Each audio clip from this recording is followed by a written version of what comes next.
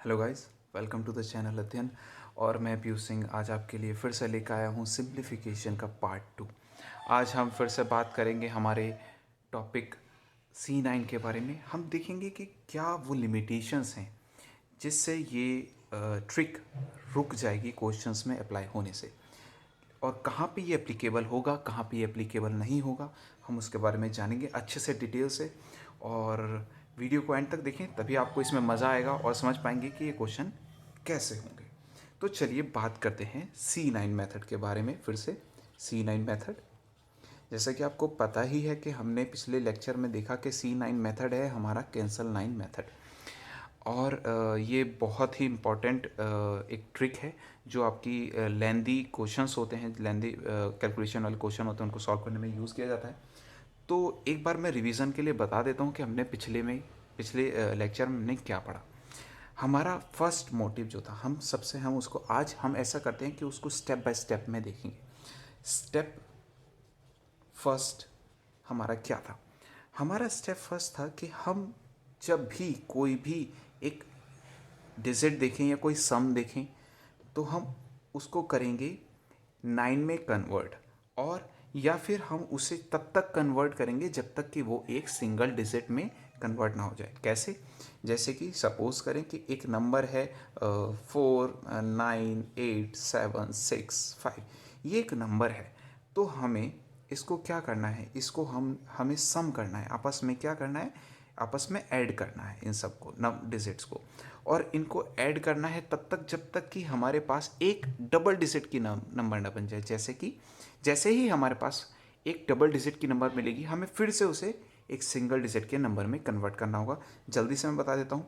जैसे कि ये 4 है, 4 को हम 9 में ऐड करें। अब 9 में हम ऐड कर सकते हैं, लेकिन हमें 9 में ऐड करने का कोई फ़ायदा नहीं है। हमारा मेथड का नाम ही है C9 मेथड, यानी कि कैंसल 9। तो जहाँ पे भी आप 9 देखें तो सबसे पहला आपका काम तो यही होगा कि 9 को ज़ीरो मान लें। तो आपको 9 देखते ही आपको उसे ज़ीरो कर देना है। तो ये तो ज़ीरो हो गया, तो 4 प्लस ज़ीरो हो जाएगा आपका 4। फिर आपको 4 प्लस 8 करना है। 4 प्लस 8 जैसे ही आप करेंगे तो आपका बन जाएगा 12। 12 का मतलब हो गया डबल डिजिट नंबर। अब ये डबल डिजिट नंबर होगी तो इसको फर्दर आपको सिंगल डिजिट नंबर में आपको चेंज करना है। वो आपको चेंज करना होगा इन दोनों को ऐड करके, यानी 2 + 1 विच इज इक्वल्स टू 3। तो अब ये आपका 3 बन गया, 8 नहीं, अब ये 12 नहीं रहा, अब ये आपका क्या बन गया, 3 बन गया। इसको 7 में ऐड करें विच इज इक्वल्स टू 10, ये डबल डिजिट नंबर में कन्वर्ट हुआ। फिर से आप इसको सिंगल डिजिट में कन्वर्ट करेंगे, 1 + 0 विच इज इक्वल्स टू 1, 1 + 6 7 हो जाएगा। 7 में 5 आप ऐड करेंगे तो आपका हो जाएगा 12। 12 डबल डिजिट नंबर है तो आप उसको सिंगल डिजिट में कन्वर्ट करेंगे तो ये बन जाएगा आपका 3। यानी कि इस C9 मेथड के अकॉर्डिंग जो ये पूरी वैल्यू है उसकी वैल्यू है हमारी 3। तो ये है हमारा एक बेसिक जो मेथड है C9 का, वो कि हम कैसे इसको सॉल्व करेंगे। तो पहली अप्रोच हमारी यही है कि हम जो भी डिजिट, जो भी सम दे रखा होगा उसको ऐड करना है और उसे सिंगल डिजिट में कन्वर्ट करना है। और जहाँ भी आपको 9 दिखे तो आप उसे क्या करें, आप उसे ज़ीरो मान लें। ठीक है, तो पहला स्टेप तो आपका यही है कि हमें सभी नंबरों को ऐड करना है। और दूसरा अब आता है स्टेप 2। स्टेप 2 में था कि अगर आपका कोई सम लिखा होगा, जैसे कि हमारा एक सम लिखा होगा 45 × 49 × 7 8 6 +309। अब जैसे कि ये सम लिखा हुआ है, हमें इस सम की वैल्यू निकालनी होती। तो हमें जो ध्यान रखने वाली है, हमारा प्रोसेस वही रहेगा कि इन सभी नंबर को हम ऐड तो करेंगे ही करेंगे और सिंगल डिजिट में कन्वर्ट करेंगे। पर अगर बीच में जो भी हमारे पास साइन होंगे तो हम उन्हीं साइंस का यूज़ करेंगे। जैसे कि 5 और 4 9 हो जाता है, अब ये 9 बना। अब हमारा मेथड ही है कैंसल 9, तो ये इसका मतलब हो गया ये ज़ीरो हो गया। तो अब ये जो भी साइन आएगा हम इसी साइन को लिखें, 0 × 4, 9 तो हमारा 0 बन जाएगा, तो ये 0 × 4। अब 0 की आप किसी भी चीज़ से मल्टीप्लाई करें वो 0 ही कन्वर्ट हो जाएगा। फिर ये 0 आ जाएगा तो आप देखेंगे कि हमें इसको जोड़ने की, इसको सम करने की ज़रूरत ही नहीं, क्योंकि अब कुछ भी आ जाए यहाँ पे वो 0 से मल्टीप्लाई करेंगे वो 0 ही रहेगा। तो यानी कि 0 + 3 0 9। अभी हम इसको क्या करें, फिर से अपना वही मेथड अप्लाई करें, 9 जो हमारा है वो 0 है, 0 तो 0 है ही, तो ये 3 हो जाएगा, 0 + 3 विच इज़ इक्वल्स टू 3। हमारा जो अब आंसर आया वो ये, इस पूरे सम का जो C9 मेथड के अकॉर्डिंग आंसर है वो है 3। हम अपने जो ऑप्शंस होंगे उनमें देखेंगे कि 3 किसका आंसर होगा और हमारा वही आंसर हो जाएगा। तो ये आपका है सेकेंड स्टेप कि हमें जो भी साइन दे रखे होंगे, जैसे साइन दे रखे होंगे वो बेसिक साइन वैसे ही यूज़ करने हैं, उसमें कुछ भी हेरा फेरी नहीं करनी है। अब जो इसका थर्ड इम्पॉर्टेंट स्टेप है वो क्या है? अब आपने देखा होगा कि बहुत सारे सिंप्लीफिकेशन क्वेश्चंस ऐसे होते हैं जिनमें फ्रैक्शंस की वैल्यू दी होती हैं, जैसे कि मान लीजिए 3/4 हो सकता है इंटू 1754 प्लस 9/2 इंटू 498, ऐसा कुछ क्वेश्चन हो सकता है और हमें इसे सॉल्व करना होगा। तो ये जो हमारी वैल्यूज़ हैं ये हमारी फ्रैक्शन वैल्यूज़ हैं। अब आप पूछेंगे कि हमें इसमें क्या करना होगा, क्योंकि अब तक तो हमारे पास सिर्फ सिंपल एक क्वेश्चन था जिसमें कि हमें सिर्फ नॉर्मल ही डिनोमिनेटर में ही हमारे क्वेश्चंस थे, कोई डिनोमिनेटर में कोई वैल्यूज़ ही नहीं थी। तो उनको सॉल्व कैसे करें, यही अब हमारा मकसद है। हम जानेंगे कि इनको सॉल्व कैसा करा जाएगा। एक तो ये चीज़ हमें जाननी है, एक आता है कि अगर वैल्यूज़ हों परसेंटेज में, अगर वैल्यूज़ क्या है परसेंटेज में, जैसे कि अगर कोई क्वेश्चन आता है, सपोज़ करिए जैसे कि हमने कल अपना क्वेश्चन एक करा था लास्ट में, 76% मान लीजिए क्वेश्चन है, 76% ऑफ 1285 माइनस 35% ऑफ 125। अब इसको आप नॉर्मली करेंगे तो बहुत ज़्यादा कैलकुलेशन होगी कि आप 100 लिखेंगे, डिवाइड में 100 लिखेंगे, फिर उसको फर्दर डिवाइड करेंगे, फिर उसको आप मल्टीप्लाई करेंगे, फिर सब्ट्रैक्ट करेंगे। तो हमें क्या है कि हम बात कर रहे थे परसेंटेज की। अगर परसेंटेज आए तब क्या करें, क्योंकि हमने लास्ट टॉपिक में देखा कि हमने बोला कि अभी परसेंटेज को नेगलेक्ट कर दीजिए। नेगलेक्ट करने को हमने क्यों कहा? हमें पता है कि 1 अगर डिवाइड में हो तो किसी भी डिजिट को अगर हम 1 से डिवाइड करें तो उस पर कोई फ़र्क नहीं पड़ता है, वो वैसे की वैसी ही रहती है। आप किसी भी डिजिट को 1 से डिवाइड करें तो वो सेम एज इट इज़ आ जाएगी। इसीलिए आप देखें कि 76 बाय परसेंटेज को हम लिखेंगे 100 में, ठीक है। तो हम इसमें भी सेम ही, जहाँ पे भी हमें पता है कि C9 मेथड का मतलब ही है सम करना हमें, तो हम क्या करेंगे, इन नंबर्स को सम करेंगे। अब आपने देखा कि 1 + 0 1 आ गया और 1 + 0 फिर से 1 आ गया, यानी कि 76 डिवाइडेड बाय 1। अब आपने देखा कि 1 से हमें पता है कि 1 से किसी भी डिजिट को अगर हम डिवाइड करते हैं तो वही नंबर आता है। इसीलिए मैंने आपसे पिछले लेक्चर में कहा था कि अभी आप इसको भूल जाइए, यानी कि 76 डिवाइडेड 100 इज़ ऑलरेडी 76 इंटू 1285। तो अगर आपको कभी भी परसेंटेज दिखे किसी क्वेश्चन में सिंप्लीफिकेशन की और उसमें आप C9 मेथड अप्लाई करें तो आप उसे भूल जाएं, आप उसमें अपॉन हमें 100 ना लिखें, वो ऑलरेडी वही नंबर है जो लिखा हुआ है। तो हमें जो परसेंटेज वाला ऑप्शन है उसमें हमें देखने की ज़रूरत ही नहीं है कि उसमें हमें कुछ अप्लाई करना है, उसमें डिजिट्स का हमें सम करना है। दिक्कत सिर्फ एक जगह आएगी, जब आपके पास में होगा फ्रैक्शंस वैल्यू। अब ये फ्रैक्शंस वैल्यू है, अब ये 1 तो नहीं है, डेफिनेटली सी बात है, अगर आप 3 को 4 से डिवाइड करेंगे तो कुछ पॉइंट्स में वैल्यू आएगी, ठीक है, वो सेम तो रहेगी नहीं, यानी कि अगर हम 3 को 4 से डिवाइड करें तो ये 3 तो रहेगा नहीं, ठीक है। तो इसीलिए हमें क्या बनाना है, फ्रैक्शन में हमें बनाना होता है 1। अगर 4 है तो इसे हमें कन्वर्ट करना होगा, किस में, 1 में कन्वर्ट करना होगा समहाउ। अब ये 1 में कन्वर्ट कैसा होगा, ये हमारा मोटिव है। चलिए देखते हैं कि अगर आप देखें कि 3/4 हमारे पास लिखा हुआ है, अगर हम ऊपर भी 7 से मल्टीप्लाई करें और डिनोमिनेटर में भी 7 से मल्टीप्लाई करें, यानी नोमिनेटर में हमने 7 से मल्टीप्लाई करी और डिनोमिनेटर में भी हमने 7 से मल्टीप्लाई करी, तो ये हो जाएगा 3 7 जा 28, सॉरी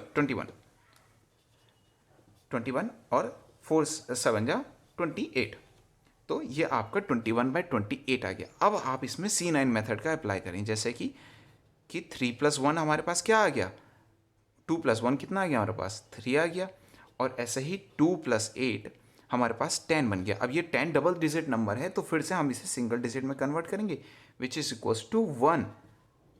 तो यानी ये 3/1 हो गया। अब हमने देखा कि ये हमारा 4 से क्या बन चुका है, 1 में कन्वर्ट हो चुका है। यही हमारा मोटिव था कि हमें डिनोमिनेटर में क्या बनाना था, 1 बनाना था, हमें कन्वर्ट करना था 4 से 1 में। तो हमने ऐसे नंबर से मल्टीप्लाई करी हमारे नोमिनेटर में और डिनोमिनेटर में, जिससे कि हमारा डिनोमिनेटर क्या बन जाए, 1 बन जाए। तो आपने देखा कि 3/4 जो अब हो चुका है वो कन्वर्ट हो चुका है 3/1 में। अब हमारी कैलकुलेशन ईजी हो जाएगी। अब हम 3 लिखेंगे डायरेक्टली, क्योंकि 1 साइड किसी भी चीज़ को डिवाइड करें तो हमारा वही रहेगा। तो 3 × 1754 प्लस अब 9/2।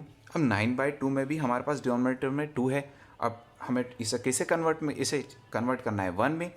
तो हम अगर ऊपर 5 से मल्टीप्लाई करें और डिनोमिनेटर में भी 5 से मल्टीप्लाई करें तो आप देखेंगे कि ये बन जाएगा हमारे पास में अभी 45/10। अब आपने हम इसमें C9 अप्लाई करेंगे तो ये बन जाएगा 9 अपॉन में और नीचे 1। तो आपने देखा कि 9 तो हमारा क्या होता है, 0 होता है। 9 क्या है हमारे पास, 0 होता है। तो 0/1 विच इज इक्वल्स टू 0। ठीक है, तो हमारे पास क्या आ गया, 0 आ गया। तो इसका मतलब है कि हमें 3 × अभी हमने इसमें भी C9 अप्लाई करना था, ये हमारा छूट गया था। तो 1 + 7 हमारे पास 8 हो जाएगा, 8 + 5 हमारे पास 13 हो जाएगा, विच इज इक्वल्स टू 4। 4 + 4 8 हो जाएगा। तो ये हमारे पास 8 आया प्लस 0, क्योंकि हमारा ये वाला जो टर्म था इस पूरे की वैल्यू हमारे पास क्या आई है, यहाँ से ये हमारे पास वैल्यू आई है 0। तो हमने 0 लिखा। तो 8 3 होता है 24। 24 का मतलब हो गया आपके पास 6।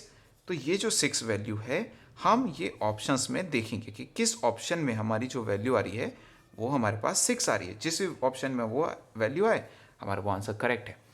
तो हमने देखा कि फ्रैक्शंस में हमें कैसे चेंज करना है डिनोमिनेटर को 1 में। इसके लिए मैं आपको बेसिक चीज़ बता देता हूँ कि अब आपको खुद से याद रखने की कोई ज़रूरत, मतलब खुद से दिमाग लगाने की कोई ज़रूरत नहीं है कि हम किस चीज़ से मल्टीप्लाई करें कि डिनोमिनेटर में 1 बन जाए। तो उसके लिए मैं आपको बताता हूँ कि अगर डिनोमिनेटर में क्या दिखे, कौन सा डिजिट दिखे, ताकि हम उसे मल्टीप्लाई करके 1 बना सकें। अगर आपको 1 है तो आपको किसी चीज़ की चिंता करने की ज़रूरत ही नहीं है, वो तो हमें लाना ही होता है। तो 1 ही है। 2 आए तो 2 को आप 5 से मल्टीप्लाई करें।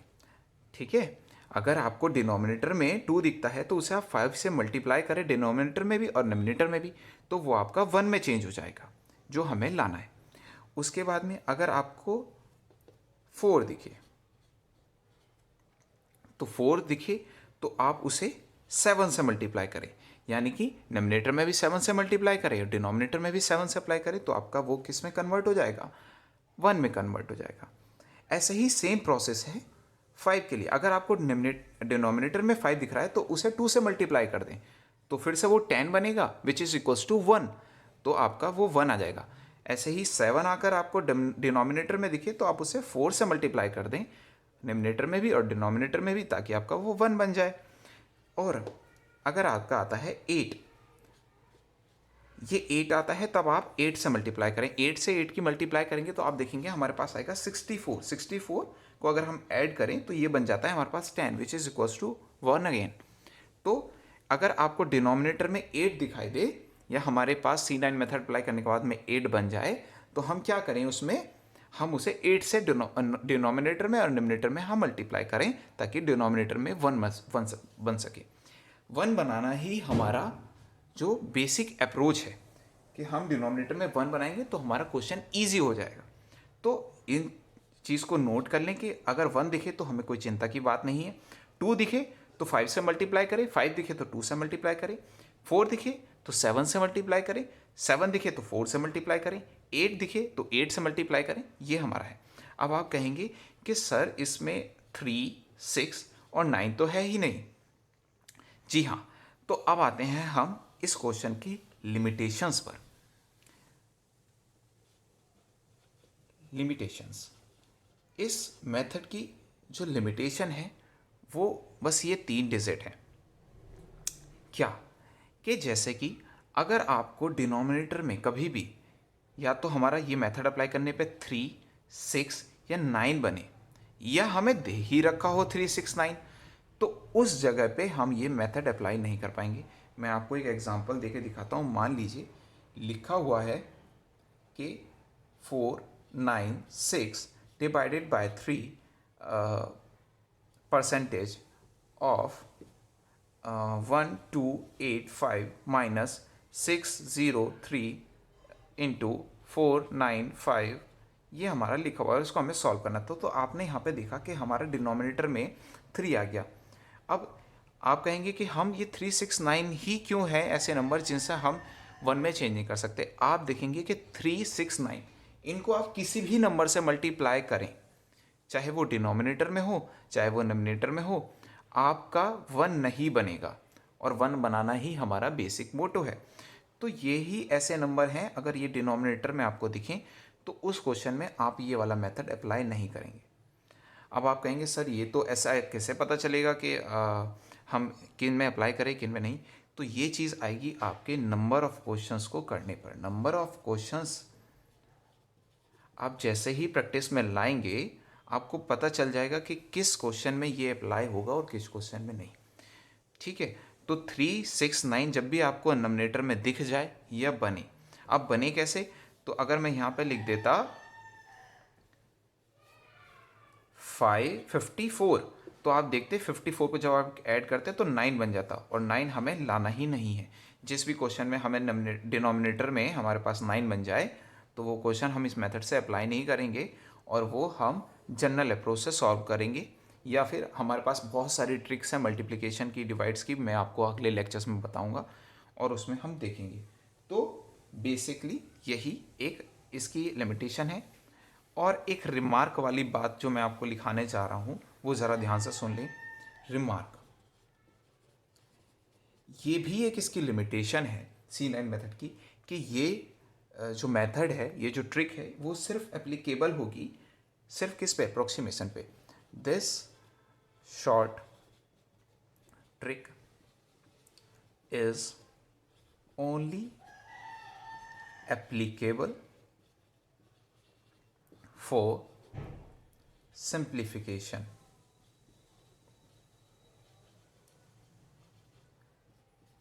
not for approximation। बस ये दो इसके लिमिट्स हैं। बाकी आप ये मेथड बहुत जगह अप्लाई कर सकेंगे। अभी हम आने वाले लेक्चर्स में मैं आपको बहुत सारे ऐसे क्वेश्चन करवाऊंगा जिसमें आप देखेंगे कि ये मेथड लगाने पे questions with in a second solve हो जाएंगे, और ये आपकी डेली हैबिट में बन जाएगा कि आप कैसे क्वेश्चंस को अप्रोच करें। तो आज के लिए वीडियो में इतना ही। हम नई वीडियो लेकर आएंगे और उसमें बहुत सारे क्वेश्चंस करेंगे और इस अप्रोच को अप्लाई करेंगे। तो थैंक्स फॉर द वॉचिंग, और अगर आपको वीडियो पसंद आई हो तो लाइक करें, चैनल को सब्सक्राइब करें, शेयर करें, ताकि दूसरे स्टूडेंट्स भी इस शॉर्ट ट्रिक का फ़ायदा उठा सकें। चलिए मिलता हूँ आपसे नेक्स्ट वीडियो में। Thank you.